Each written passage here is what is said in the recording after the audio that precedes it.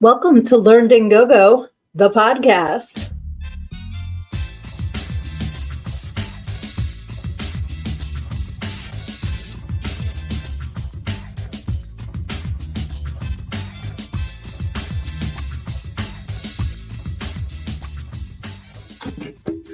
Hey, my name is Sydnee A. I am your host, and I am also the author of Everything I Need to Know I Learned in Go-Go, How a Preacher's Daughter Pole Danced Her Way to Finding Her True Self. You can get your copy of my book at learnedingogo.com, available on paperback and ebook. So, man, I feel like it's been a minute since I've been doing the podcast. It's only been a couple weeks, but it's been a jam-packed couple of weeks, and in a good way. I mean, I do have like a lot of adulting things I've been doing, which aren't as fun, but there's been a lot of fun stuff too. Speaking of adulting, that's, like Frankie and I have not been able to sync our schedules. That's why it's just me again. I'm hoping to be back next week with Frankie too, because it's more fun when we can talk together. And I definitely want to recap the Great Media Comic-Con, and I want him to be a part of that. And I would love to get a few more people from that weekend on here too to talk about it, because it was an amazing experience. Like, without giving spoilers away, just met so many awesome people, and I'm just so grateful for the opportunity, and to Leah, to Mark, to Kelly, to Sheik, to the whole team. Like, everyone was just super duper cool. So that's all I'm going to say about that for now. But hopefully in a soon to come upcoming episode, maybe I can get my new friend Pikachu on here too. We'll have to see. Interesting stories from the weekend. But I was thinking earlier, and I was actually considering doing like a separate recording that's just like, the insides of Sid's brain, like the things that just pop into my head sometimes when I'm doing, like boring tasks. But I thought maybe I could work it into this week's podcast. So the other day I was doing laundry. We all got to do it. And what I do with the sheets when we have like sets of sheets is I fold, the sheets, I fold the pillowcase, and then I put everything in one of the pillowcases. So like we don't have a linen closet. So where I store them, it's easier to keep it all together in a pillowcase. Then I grab it and I have the fitted sheet, the flat sheet, both pillowcases, it's all together. And I was like, where did I pick this up from? Like, where did I first hear about doing this? And then I was thinking about how back in the day, all of us would learn these kinds of tips and tricks, or, like life hacks from either our family or people that lived nearby. Like the one story that I remember is, I don't, again, don't know where I heard it, don't know where I picked it up, but there was a woman that was making dinner, and she was making a pot roast for dinner. And she cut it into two pieces and put it in the pan, in two different pans to put it in the oven. And her husband's like, why are you doing this? She said, this is the way that I've always done it. That's the way my mom did it. So that's how we cook the pot roast. So his mother-in-law comes over and he asks her about, well, why did you teach her to make pot roast, like cut in half in two pans? And she's like, well, that's the way that my mother did it. So that's the way that I learned how to do it. So they finally reach out to the wife's grandmother and ask, well, why do you cut the pot roast into two pieces and dirty up two pans to make one roast? And she said, the big pan wouldn't fit in my oven. So I had to cut it into two pieces so I could fit it into my oven to cook it. And so all that to say, what got passed down wasn't logical they could have made it in one big roast, So what kind of things are we picking up along the way that, might serve other people but don't serve us? And that got me thinking even further, because this is the way my brain works, about how nowadays our village that teaches us things is worldwide. Like we have access through the internet, through social media. For a while there, it was Pinterest, now TikTok, showing all kinds of life hacks and ways to do things. And some of them are really valuable. Others are not. I'm looking at you, Tide Pod Challenge. So I'm curious if in the comments or whatever, you can share some of your favorite life hacks. Maybe that'll be my assignment this week. We'll do the assignment early and just share like something that you learned along the way, and it could be from your mom or it could be from Pinterest, that is something that has made your life better or easier, or, just something like that. So I was just thinking about that this week. It has nothing to do with nothing, but just an interesting thing of how we are now all part of a global village, when we used to be, you wouldn't see somebody that was 50 miles away because that was like another planet, hundreds of years ago. So I just thought that might be kind of a cool thing that we could all do to share with each other in the comments, or, in the show notes, well, under the show notes in the comments. And another one that I learned that just popped into my head is if you're using cooking spray on like a cookie sheet and your dishwasher is dirty. So first you have to have a dishwasher. Second, it has to be dirty. So what I do is I open the dishwasher door and I spray it like towards the inside of the dishwasher. If you're watching on YouTube, you can see my little, I'm acting it out for you. But that way, if there's any overspray, it goes into the dishwasher and not on the floor, where if you have hardwood floor or linoleum, it makes it slippery and then you fall on your ass, or it just makes it dirty. So that was another life hack that I use all the time. And it's just one of those silly little things that, can just make your life a little bit easier. I know I have so many more and I'm blanking right now. But like I said, please share. That's your assignment for this week. But yeah, I've been super duper busy.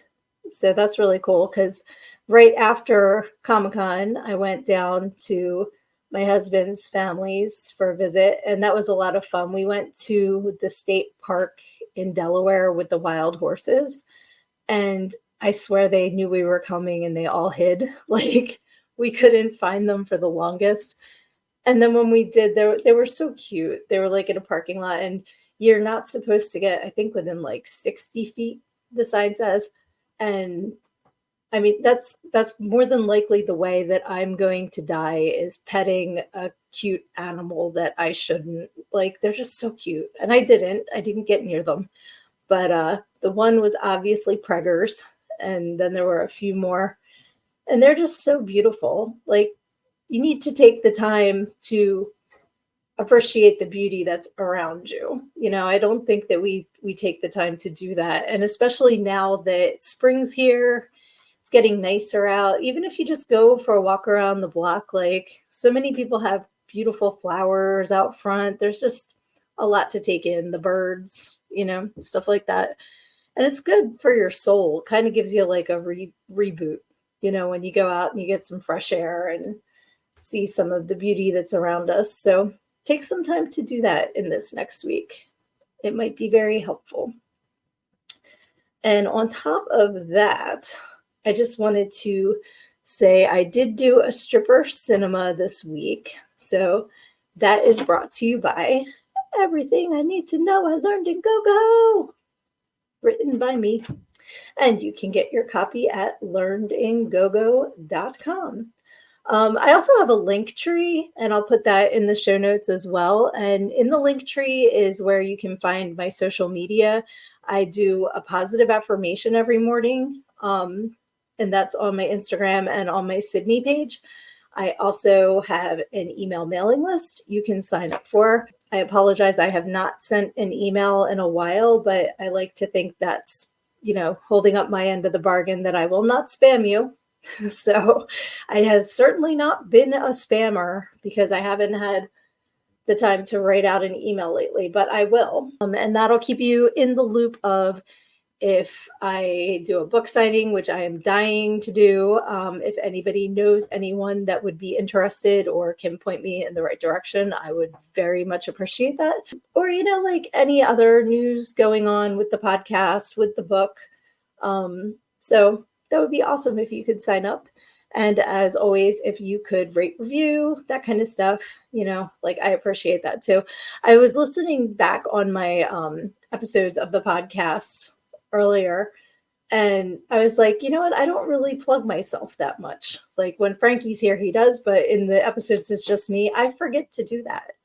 And it's kind of typical for a lot of us that we get kind of uncomfortable about shouting our accolades, like follow me, do this, do that, like sometimes we get shy about that. So I hope you don't mind that I just took a moment there to kind of be like, hey, check me out, because I don't really do that enough, I don't think, especially when I am trying to get into more earbuds and into more speakers and into more Kindles, or if you need a beach read this summer, get my book. It's really funny, and it has some good lessons in it too. So yes. So anyway, on to Stripper Cinema. All right. So I got the trailer, and I'm gonna warn y'all, because if you're watching this on YouTube, there's boobies. There will be boobies in the trailer. And this trailer's, it's one of the longer ones. It's over 2 minutes, but it really captures the vibe of this film. So I definitely think it's worth listening to the whole thing. And I'm just gonna bring up the information so I can tell you guys, like I like to say, the director and written by and all that. So I didn't write that down. I just got that for you now. See, this is what happens when I do this myself. Sometimes I'm not as prepared as I think I am. But yeah, so let's check out Fear City from 1984. New York City. Open 24 hours. Here, pleasure is business.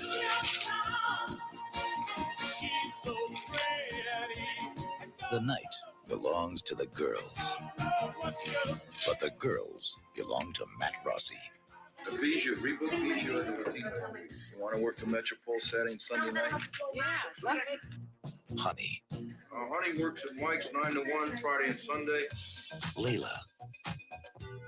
Ruby. Loretta. Is she really worth it? Yeah, she's really worth it. Everyone is watching them. Someone is waiting for them. Now, everyone in New York is living in Fear City.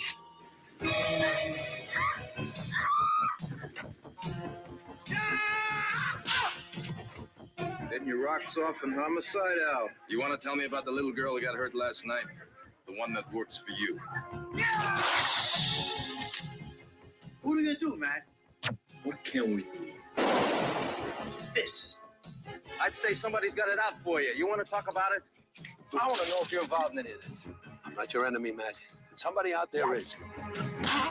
At last, the law and Matt Rossi have something in common. City full of suspects.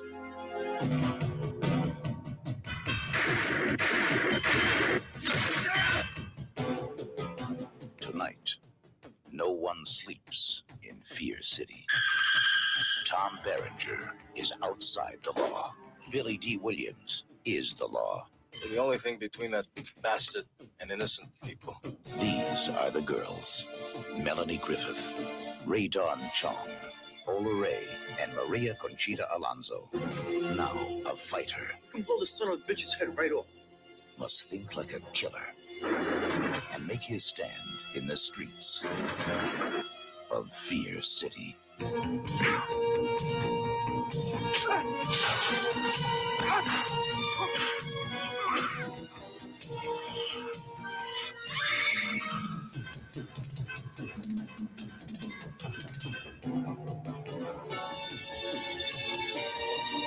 Okay, there was a lot to unpack. So when my friend first described it to me and she was like, "Well, I don't know if it really counts for stripper cinema because there's no poles in the club." That doesn't matter. There were no poles in From Dusk Till Dawn. There are clubs that don't have poles. It's not as popular, but it does happen. So I'm not giving any points off for no poles. No poles means no one's licking poles because that's just fucking gross. As you heard in the trailer, the cast, there's a lot of really well-known people in it. Melanie Griffith plays Loretta, who is the club star, because in every movie there's a club star. And in her case, though, Loretta not only gets to be on the marquee outside, in cardboard cutouts, in posters, she's all over the club. She also gets her own auditorium.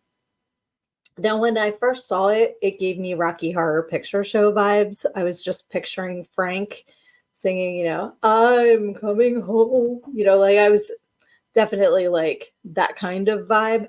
And then there was another scene where she's dancing, I'm air quoting, and she's on a circular stage. Again, has an entire room to herself. No other girls are in there. So it's the Loretta room, I guess, the Loretta lounge, maybe. But she's on stage in a G-string, nothing else, barefoot, essentially doing yoga.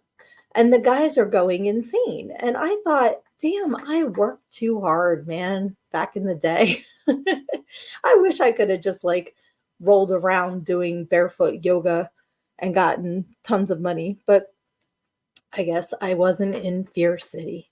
So if you were watching the trailer, you may have seen some other familiar faces. Rae-Dawn Chong is the daughter of Tommy Chong. Beautiful. And she does a great job in this movie. She plays Layla. And then Maria Conchita Alonso is actually in the credits without the Alonso. So that's how long ago this was. But the girl that plays Honey, I knew immediately because she plays Michael Jackson's girlfriend in the Thriller video. And I had never seen her in anything else. So it was kind of fun to see her in another role. But basically, the basis of the movie is Maddie, who he and his partner, whose name just flew out of my head, they run the club and they get the girls that work in the club. So Maddie was a boxer. They keep doing flashbacks to 1977, where he was in the ring and winning and wanted the ref to call the fight, but the ref wouldn't. And he wound up accidentally killing his opponent. So the killer is getting revenge for the guy that got killed, even though it wasn't Maddie's fault. He wanted them to stop the fight, So he's going after Maddie's girls for revenge. Now, this guy was training in martial arts, but it was like flappy hands all over. It was like, remember the penguins in Madagascar that were like, you didn't see this, and they'd get their little fins up and be like, whoa, like that's what it kind of reminded me of. But I'm giving them credit for a variety of kills. Like, I don't think he used the same weapon twice. So, like points for creative kills. Because if you're a horror movie fan, you don't want everybody to get killed the same way. Like it makes it more interesting. There was a lot of gore, and I'm a gore fan, so I'm giving it credit for that as well. And trying to look at my notes here, because since it's an 80s movie, everybody's smoking all the time, like cigarettes everywhere. Even I think even in the hospital, people were smoking. Oh, I didn't make a note about that. So when the one character's dying, right, it was Layla. So the doctor is giving her CPR on the mattress, like that would never happen.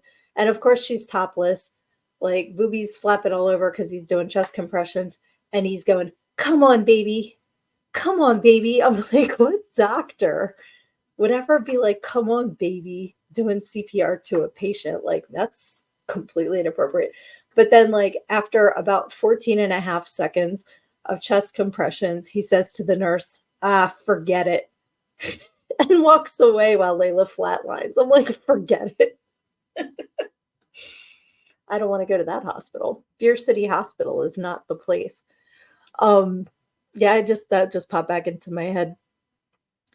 But, like those kinds of things were really funny. This is definitely like for when you want some entertainment that's not going to make you use any brain cells. You just want to have a good time and just like laugh at a silly movie. But yeah, overall, I really did enjoy it. There was so many people in it. And of course it's kind of like shocking when, you see movies where things that happened back then you could never get away with now, like the slurs that they called each other, like, and I mean, it was across the board. Like every character was like, they just insulted everybody. And I sat there thinking they could not say that today, like not in a million trillion years. But yeah, overall, I definitely enjoyed this movie. I don't think I said the background. Okay, so yeah, it's directed by Abel Ferrara. It was written by Nicholas St. John, produced by Bruce Cohen Curtis. It was released July 18th in 1984 in France. Oh, and February 16th, 1985 in the US. So that's interesting that it was released in France first. I wonder why. Yeah, language English. Interesting. I wonder why they did that. But the budget was $4 million, which I find pretty funny. I wonder if that's in today money or 1980s money. So it was originally released on DVD in 2000. And then it's on Blu-ray. Why? Oh, there's a 97-minute uncut version. I wonder what was cut out. Very, very interesting. I watched it on Tubi for free. I love Tubi. Definitely recommend it. Free streaming service. It has commercials, but there's all kinds of entertainment on there. So I am going to give this movie, I'm going to give it 2 ratings. One is going to be for the stripper cinema qualification, and the other is going to be overall like a movie to watch recommendation. So for stripper cinema, I'm giving it, you know what? I'm going to give it 5 thongs because there's boobies all over the place. The first time you see topless women, there's still opening credits going on. Like they haven't even gotten through the credits yet, and there's boobs. So cheers for boobs, 5 thongs for that rating. Overall, as a movie, I give it 3.5 thongs because there's a lot of, like I said, big name people in it, and it was entertaining. Like it's not, a stellar, wonderful, amazing movie, but it is great for what it is. So I'm going to give it 3.5 thongs for that, 5 for the boobs. And yeah, so that is Fear City from 1984 in France, 85 in America. So cool. Well, it is getting to be about that time, kids, where I am going to wrap this up and say thank you so much for joining me. I appreciate all of you that are supporting me on this journey. I am hoping to be back very soon with some guests. If you have anyone that you would like me to reach out to, let's be realistic. Like, don't say like The Rock or anything, because that's not probably going to happen. But if you have questions, if you have topics that you would like me to cover, anything from growing up as a preacher's kid to dancing in gentlemen's clubs to mom advice, like whatever, reach out. I'm happy to talk about it.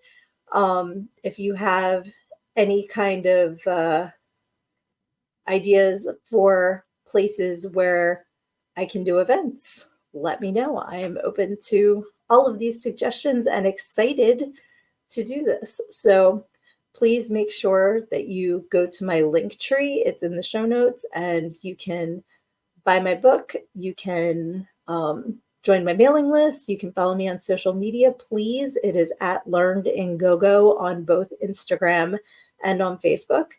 And I am very excited to see you guys again soon. In the meantime, remember, when life gives you troubles, make sure you take them on head on, because when you stick your head in the sand like an ostrich, you think you're hiding, but the rest of the world just sees a big ass.